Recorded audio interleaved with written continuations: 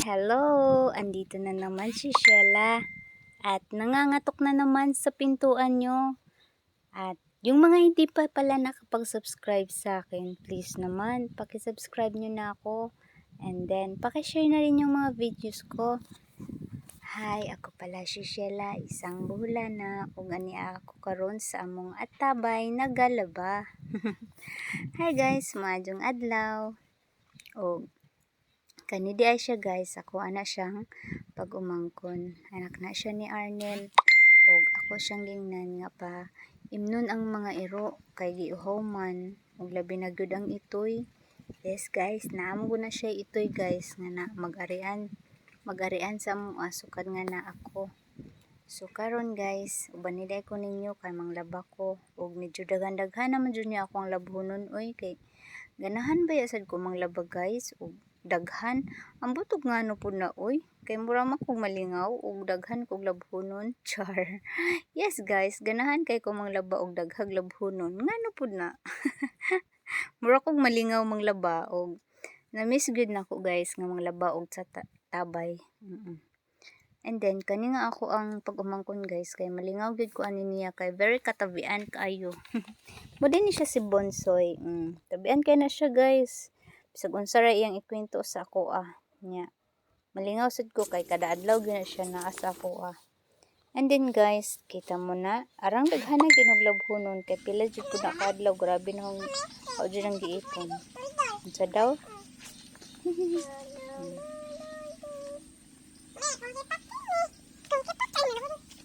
Di ba guys, tabian kay siya. Ano malingaw gid ko ana nga bata og naana siya diri kay murag malipay ra sad ko na ko kay istorya. Then naaman sad si mama. Yun guys, so ato ni fast forward guys para dali ra kay mahuman char.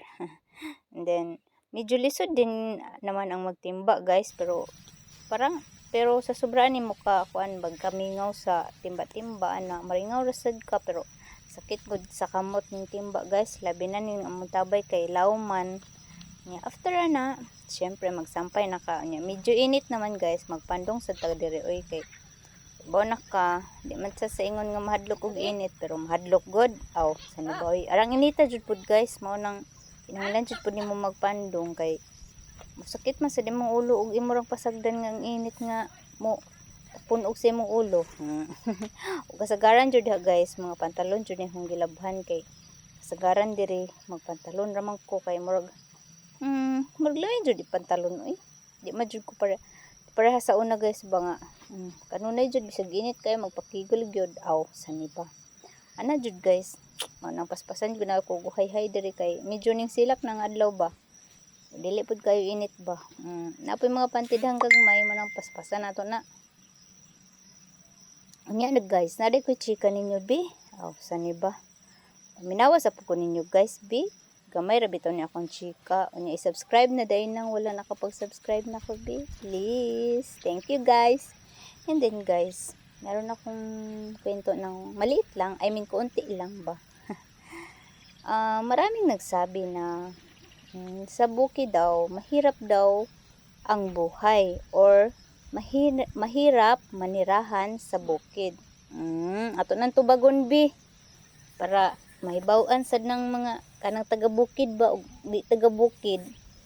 Kaning taga-bukid guys, kay balo na jud na sila unsay buhay sa anong buhay dito sa bukid. Ako guys, diri sa mo guys, bata pag gid ko after na ko school. Ning langyaw nagkog lain-laing dapit sa niba. Yes guys, daghan na katag experience kinuha ko sa atong kaidaran karon. And then based on my experience, sa bukid talaga hindi madali. Hindi madaling mamuhay sa bukid. Of course, kay labi na gyud lalo na hindi madali manirahan sa bukid pero masaya. Yes guys, masaya mamuhay sa bukid. Yan ang masasabi ko. Ngayon, ngayong medyo nagkaedad na ako, the more ko na-realize na mas masarap mamuhay sa bukid. Yes, and then explain natin yan kung bakit. Habang tumatanda kasi tayo, ang gusto natin is peace, peaceful life, peace of mind, yan. At dito mo matatagpuan sa bukid. Hindi yung wala kang kapitbahay, hindi yun. Dito mo kasi maano na, lalo na yung pagising mo pa lang sa umaga, makikita mo na yung creation ng God na sobrang ganda. And then, malalanghap mo na yung hangin na ang sarap sa pakiramdam kasi sobrang fresh. And then dito sa bukid guys, hindi siya madali, pero masaya at masarap kasi kung masipag ka lang dito, mabubuhay ka pa rin. Yun. Kasi dito, pwede kang magtanim ng kamuting kahoy, mga mais, basta lahat ng mga fruits, pwede mong itanim dito sa atin kasi lalo na kung malawak yung lupa mo. Yun lang guys, basta ang masasabi ko lang, masarap manirahan sa bukid. Masarap, masaya, then kung masipag ka lang guys. Kasi kung masipag ka dito, talagang, ay nako, basta yun.